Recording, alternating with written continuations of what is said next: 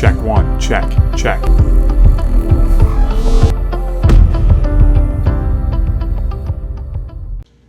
Before we get into this video, I invite you to take a deep breath with me.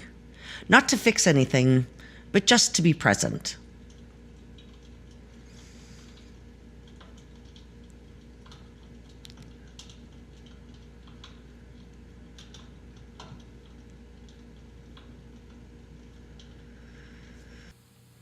We'd all like to believe that love is priceless, but our behavior tells a much different story. Somewhere along the way, we started attaching price tags to affection. Expensive gifts became emotional substitutes. Designer labels became proof of that. And grand gestures became shortcuts. And the unspoken message is clear. If it costs more, it must mean more. But presents don't replace presence. A box can't compensate for absence. And no brand can do the work of genuine affection, care, or listening. Buying something might feel safer than being emotionally available.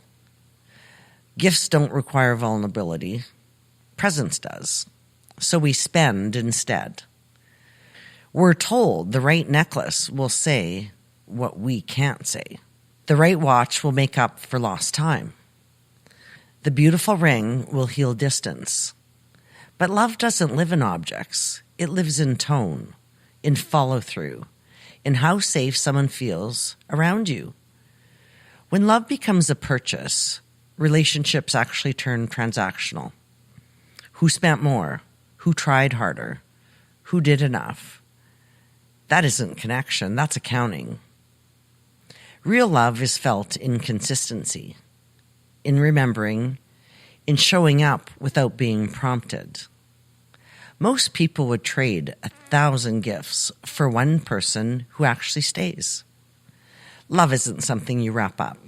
It's something you practice. Did you know that entire industries are built around telling us when to love and how to prove it? Valentine's Day is one of the loudest examples.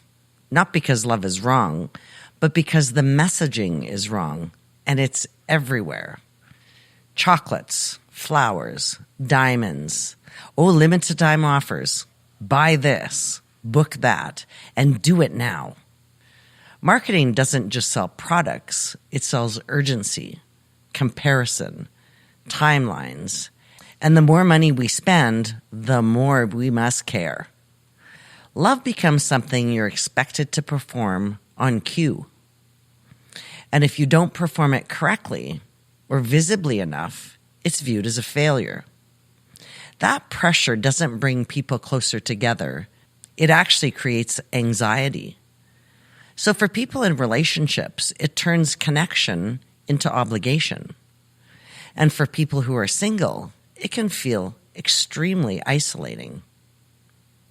When love is marked as something you're supposed to have by a certain date, being single can quietly feel like a public failure when it's not. The loneliness isn't romantic, it's social and very emotional. Life doesn't unfold in one timeline, and love doesn't arrive on demand.